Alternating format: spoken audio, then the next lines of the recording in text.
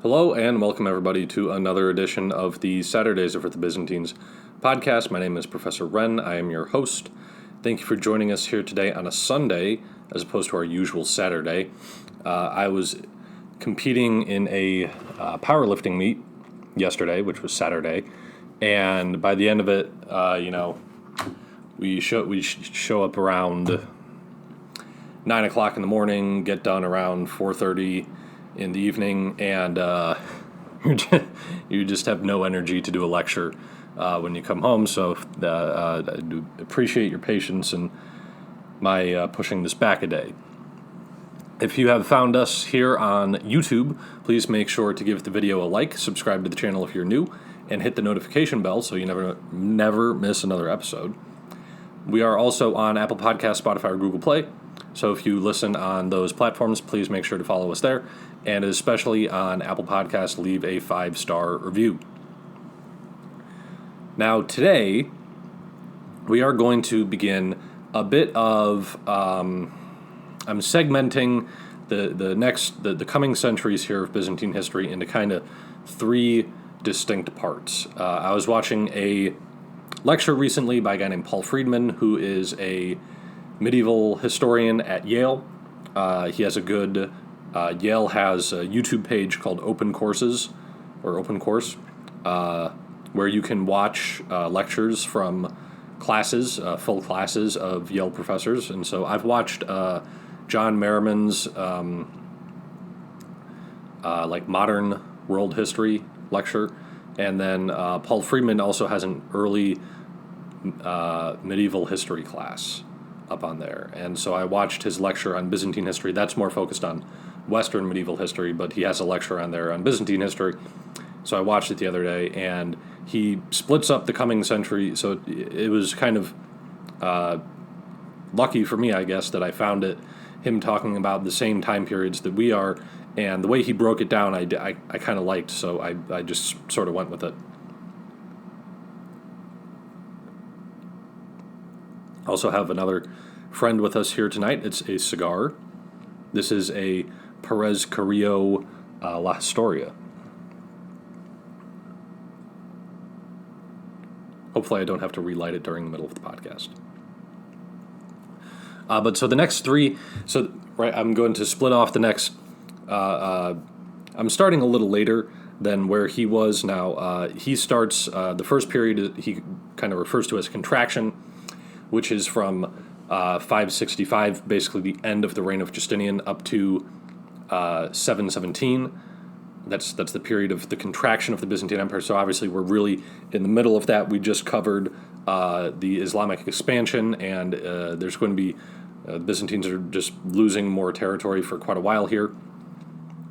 And then from 717 until 843, we have a period of reconstruction. We're also going to be talking about the iconoclasts in that episode. We're going to be reading some John Damascus there. St. John Damascus is a saint who addresses the iconoclast issue. And then as well, we'll have from 843 until 1071, which is a period of expansion. The Byzantines kind of, once they've kind of, the dust has settled, they're on their feet again, and they can push back out and try to expand back into some territory which they lost centuries before. And so today's lecture is obviously going to focus on contraction, because that's the first in the series of three.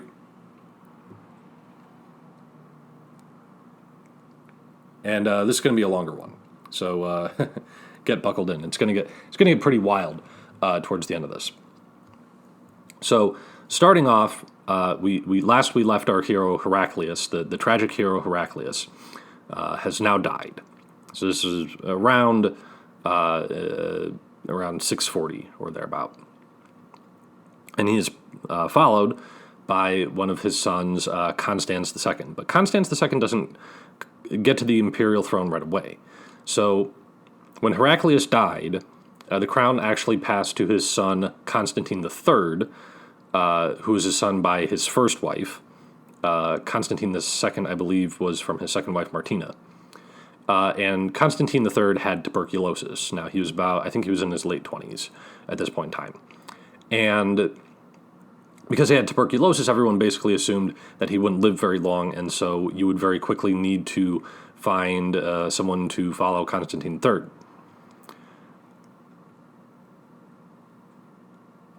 No, I'm sorry. Constans II. Constans is the son of Constantine III. My apologies.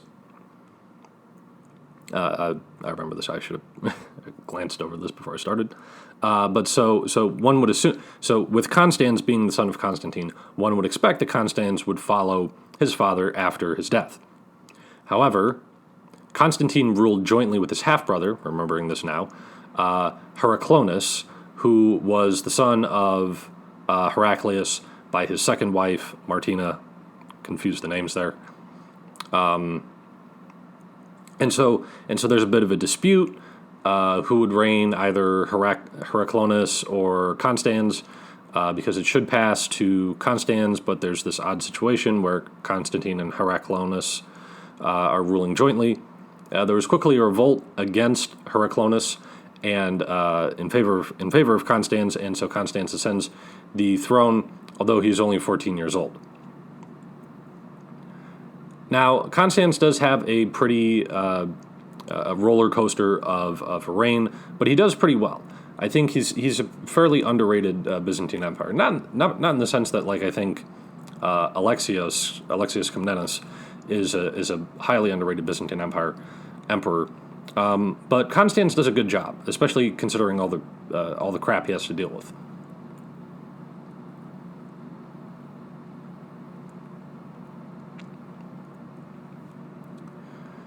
At first, Constans sends a force to try to retake Egypt, but that failed, not unlike the crusade in Egypt of King St. Louis IX, centuries later. Basically, the way both of these situations worked is that you would have an army come in to the very northernmost part of Egypt, the Nile Delta. They would take a town and then basically just get stuck there. They wouldn't be able to expand out of there because lines of supply and marshy terrain in the Nile Delta. It's very similar situations if you've ever read anything about the Crusade of Louis IX.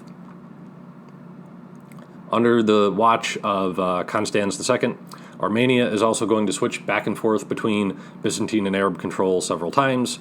Much of Greece is going to be lost to the Slavs at this point. You're really only going to see Thessalonica and a couple of other cities still under Byzantine control here. A lot of Italy is going to be lost to the Lombards, and it kind of already was, but this is the situation he's inheriting. And as well, Byzantine Africa and Italy are shifting in a more autonomous direction. Basically, right, we talked about in the last episode how they had been turned into exarchates, which is where you have both a civil and military governor in one person. So the one person in the exarchate controls both the civil governing and the military governance. And this is done to give them more autonomy, but at the same time, that autonomy allows them to drift more in an independent direction, almost operating as not part of the Byzantine Empire. But yet, despite all of these troubles, Constans is still going to be standing for a while here, and the empire is still going to be around by the end of his reign. And it's in Treadgold's text, he says that and we'll get more into this, that some of the things that Constans does kind of hinder the empire, but I think at the same time, had he not done these things, it would have been much more difficult for the Byzantines to survive in the coming centuries, as we'll talk about here in a second.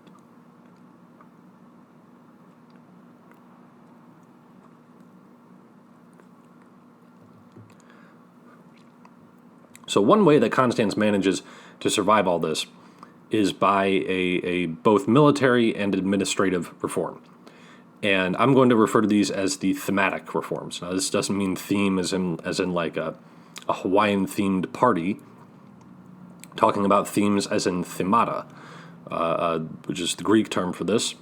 And so a theme is an administrative and military region which Constans split up most of the Byzantine Empire into.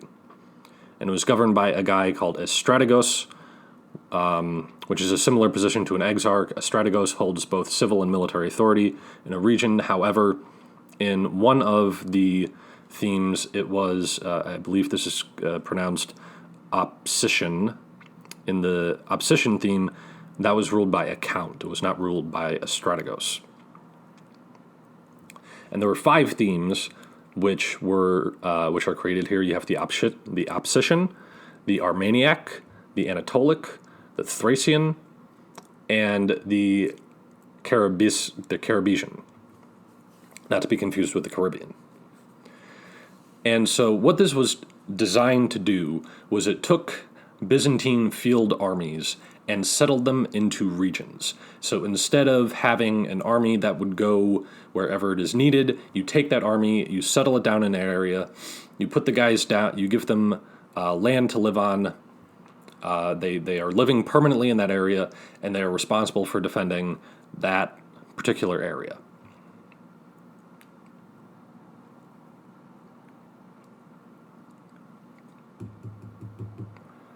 Looks like I'm already going to have to relight this. I was so hopeful that I wouldn't have to relight this for a little while. I apologize here for the sound of the lighter.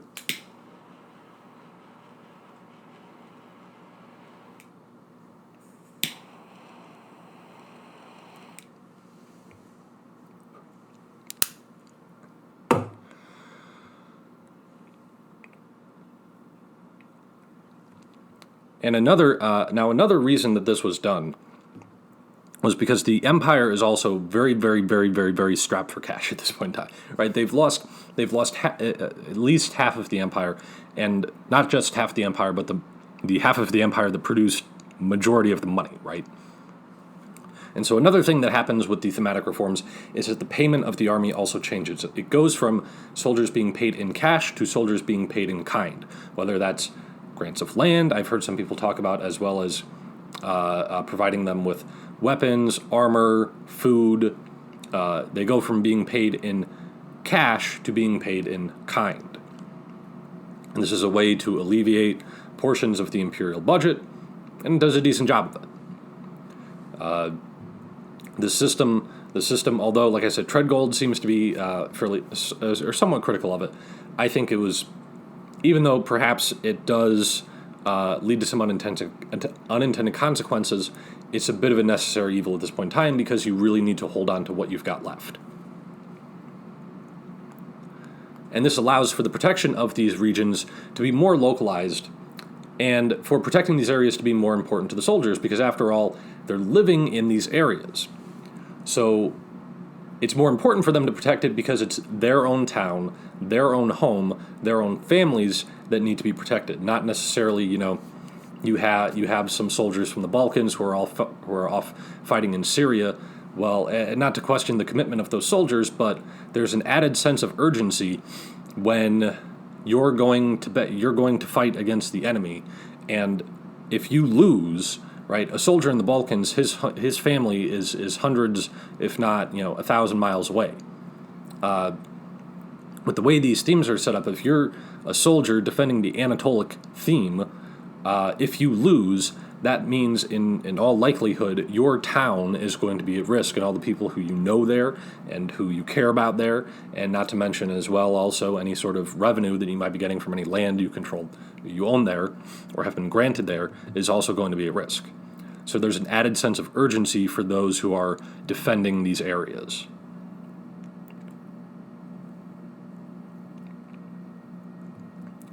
Now, these themes were mostly in Anatolia because at this point in time, outside of the exarchates of Italy and Africa, which is North Africa, the area around Carthage, most of the Byzantine Empire is in Anatolia. Right? There's still the Thracian region and the area around Constantinople. But like I said, much of Greece is gone at this point. The Byzantines will push back in there.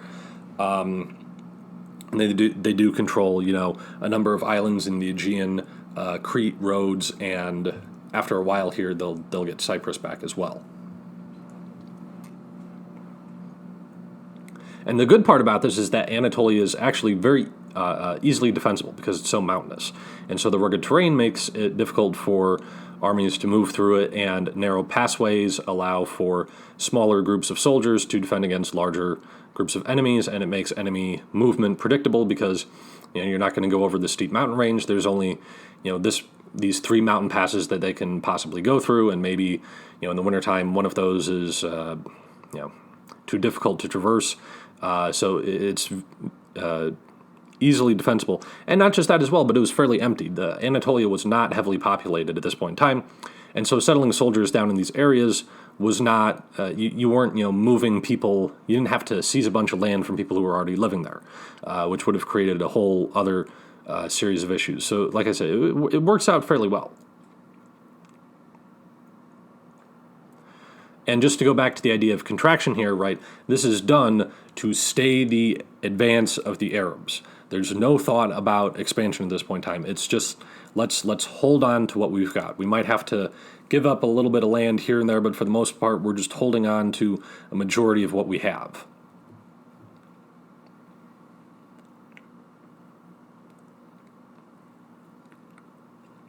Now, as I mentioned earlier, another issue that Constans II is facing here is what I will call a drifting Africa and Italy. So what I mean by that, again, is the exarchs of Africa and Italy are acting very independently, to the point where they're almost acting like they're not part of the Byzantine Empire.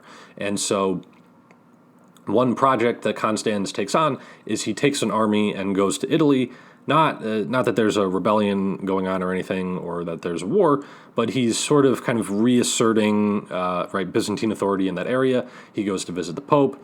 He goes down to Sicily, which is getting starting to act pretty independently, and he tries to rein things in there, and he is doing a decent job of it until, unfortunately for Constans II, he is assassinated by the Opsian count, the count of the theme of Opsia, while he was in Sicily.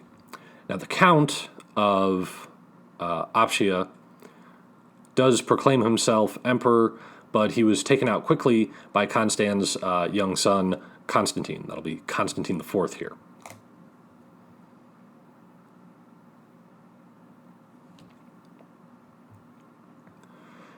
Now, the second part here of the episode, and let me just check how we're doing on time here. All right, we're looking good.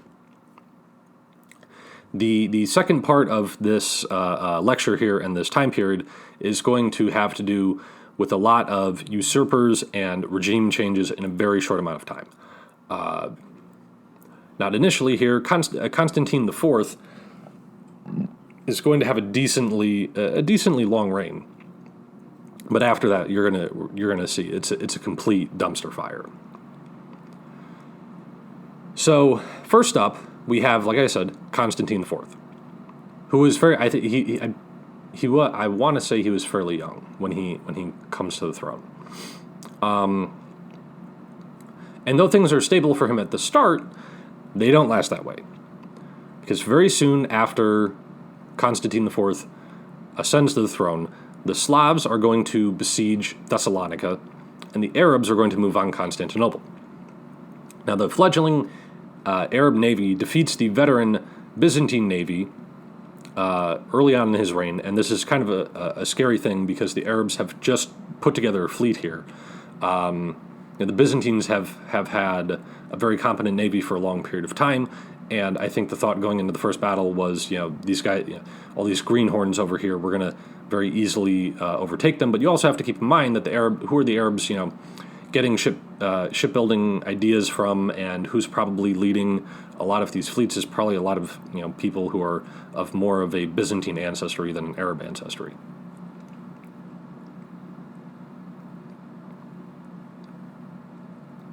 Or at least there is an element of that.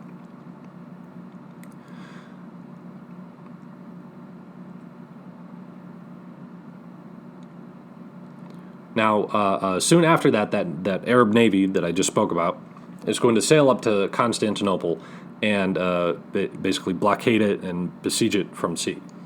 And it's at this point in time that the Byzantines bring out a new and still somewhat secretive, unknown weapon. And that, of course, we're talking about Greek fire. I say kind of secretive because people still don't know exactly what Greek fire was. The recipe to put it together was secret. It does seem to be some sort of oil-like substance because it floats on top of water. Like, for example, I remember when I was a kid watching World War II movies with my dad, and that you would watch movies about like the American Navy in the Pacific, and you would see like ships burning and sinking, and then you would see I remember seeing fire floating on the water, and I was like, oh my gosh, what, fire on top of water? That's crazy. And it was explained to me that was oil burning, and because oil floats on top of water, the fire can then float on top of the water in the oil. So that's why I say that, like I said, because Byzantine fire or Greek fire could float on water, which was a big advantage here. And sometimes it does seem like it was also mixed with sawdust, and then they would basically get a big blower and project it out of the ships like a flamethrower. And so the Greek fire was used to burn the Arab navy. This was, like I said, this was a new weapon. The Arabs certainly would have been shocked by this, seeing fire floating on top of water. And it burns a large amount of the Arab navy to the point where they call off the attack on Constantinople. And actually, as the Arab navy is retreating, Treadgold says as well, the remaining fleet gets caught in a fairly big storm. So even the ships that survived the battle, many of them don't make it back home. And then after this threat was neutralized, Constantine turns his attention to the Slavs and defeats them outside of Thessalonica.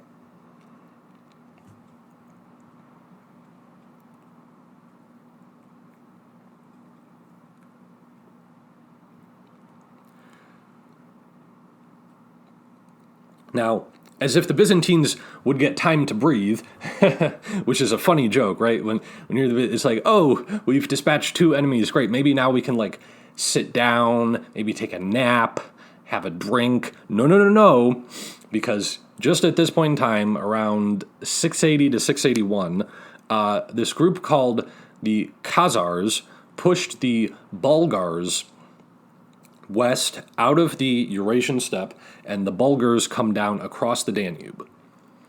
Now, the Bulgars subjugate the Slavs in what we would call today Thrace or part of Thrace, and establish their own little state there. Kind of get an early little kingdom going on there. And Constantine attempted to eliminate them, but he had to leave his army in the middle of that campaign, apparently to get treatment for his gout. Not sure why a doctor couldn't come to him to treat his gout, but there you go. And after Constantine left the army, it crumbled. The Bulgars defeated them and were able to manage to maintain a state there. Constantine had to sign a treaty with them and recognize them.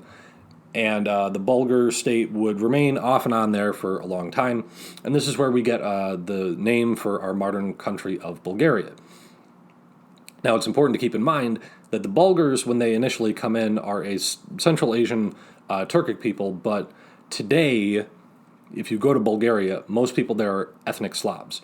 Because, right, the name Bulgar or even Bulgarian just comes from the ruling class of people which initially came in, who would have been Central Asian Turkic people. But today, again, in Bulgarians are ethnic Slavs. Their language is Slavic. They're Eastern Orthodox. So that's not to say that, I understand that if you if you were to say that Bulgarians are Turkic, you would certainly offend many Bulgarians, and I don't want to do that. I might have mentioned this on the show before, but I remember my little sister played tennis in high school, and there was like an exchange student on one of the opposing teams, and she was from Bulgaria, I want to say, or she might have been Serbian. I want to say she was Bulgarian, because I remember remarking, I don't think I've ever met a Bulgarian before. And she was very nice, spoke very good English, spoke some French. My dad and I kind of practiced a little French with her. Nice girl. Certainly like the Bulgarian people. So I don't mean to offend anybody. I'm just kind of giving you the facts of history as I come across them.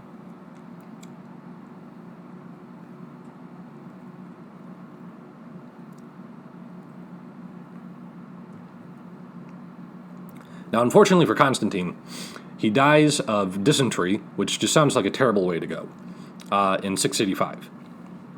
This is where things get interesting.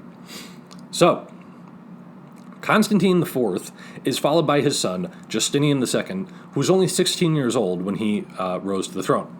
Now, Justinian II wanted to live up to his namesake, Justinian I, by reconquering vast swaths of the Byzantine Empire.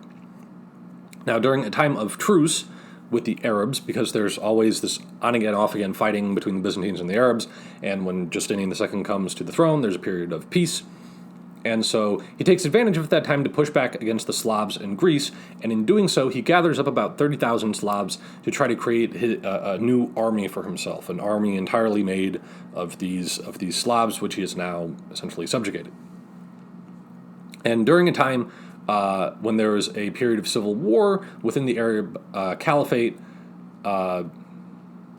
Justinian tries to attack them with this new army, and the Arab Caliphate basically buys them off. They give him control over, like, Armenia and I think Lazica and some tribute in order to prevent the Byzantine attack so they can sort out the civil war. I believe this is the time when you get the infighting among the Caliphate over the descendants of Ali versus basically everyone else. I misspoke in our episode on Islam.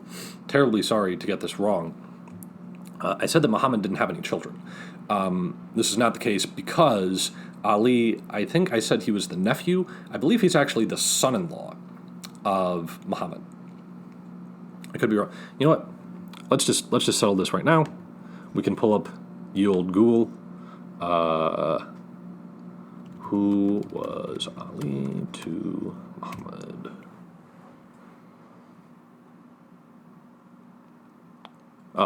So both cousin and son-in-law. Okay, so both. So I sort of wasn't wrong.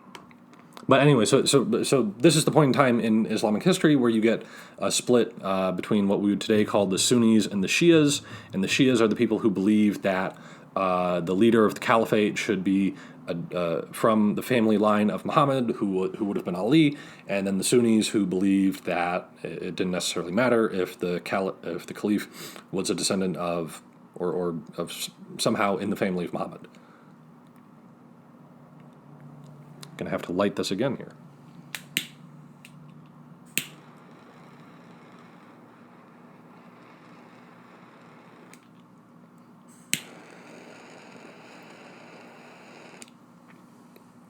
Now, in terms of a difference in like theology between Sunnis and Shias, I'm not really sure.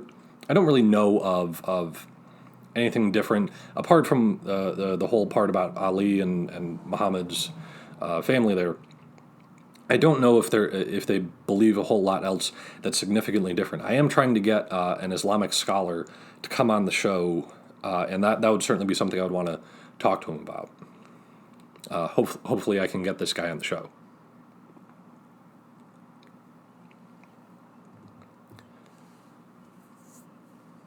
But then, also at this time, Justinian II decides to change up the way that Byzantine money is printed, and basically the way this worked out is that he puts a portrait of Christ on Byzantine gold coins, which are called numismata.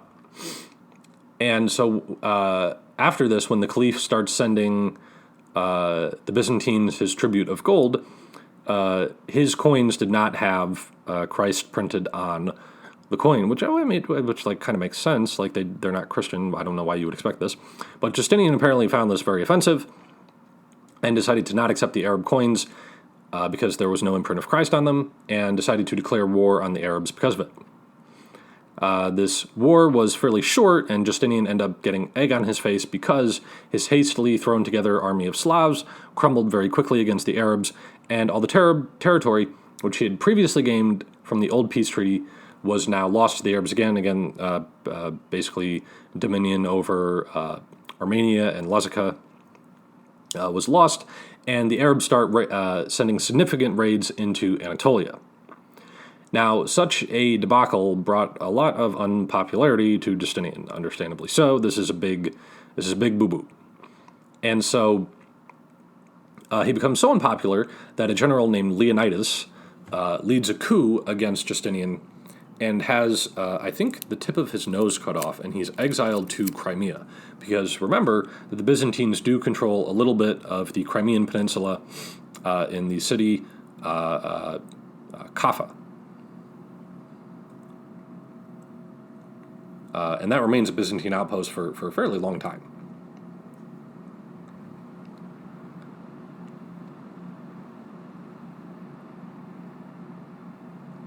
Now, soon after Leonidas takes the throne, the Arabs take over Byzantine North Africa, including the city of Carthage. And so Leonidas sends an army to try to retake Byzantine Africa. Now, the army does retake Carthage for a short period of time, but the Arabs get it back fairly quickly, and they allow that Byzantine army to then return home. Well, on the journey home, funny thing happens here, because we can't have more than 5 minutes of stability. The army, on their way home, they stop in Crete for a resupply, and they get the idea in their head that, well, let's just rebel. And so they promote the general of that army, or, well, I guess maybe it would really be the admiral of the navy. Either way, they promote their leader as the new emperor, and he takes the name Tiberius. And they sail back to Constantinople and knock Leonidas off the throne and sent him to live in a monastery, and now Tiberius is the new emperor. Follow here so far? First we had Justinian, then Leonidas sent him to exile in Crimea, then Leonidas is kicked off the throne and sent to live in a monastery by Tiberius. Well, Tiberius is also going to have something coming to him as well, because while this is all happening, Justinian II escaped imprisonment in Crimea and managed to get himself married to the daughter of the Khazar Khan. But then things start to get a little dicey for him in the Khazar Khanate as well, and so then he flees to the Bulgar Khanate, where he wins the favor of the Bulgar Khan.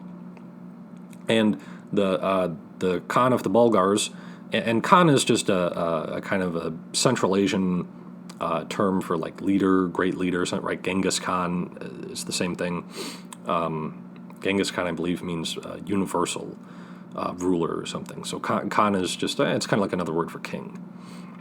Usually indicates more autocratic than absolutist. But not to get too much into the political philosophy about it. But the Bulgar Khan likes Justinian so much that he gives him an army of Bulgars, which Justinian II then uses to march on Constantinople. And in 705, Justinian II returns to Constantinople and resumes his place on the throne. He has both Leonidas and Tiberius executed, and a lot of their buddies as well. He kind of goes on a killing spree here, which earns him some unpopularity, but he does manage to kind of stabilize things there afterwards for a little while.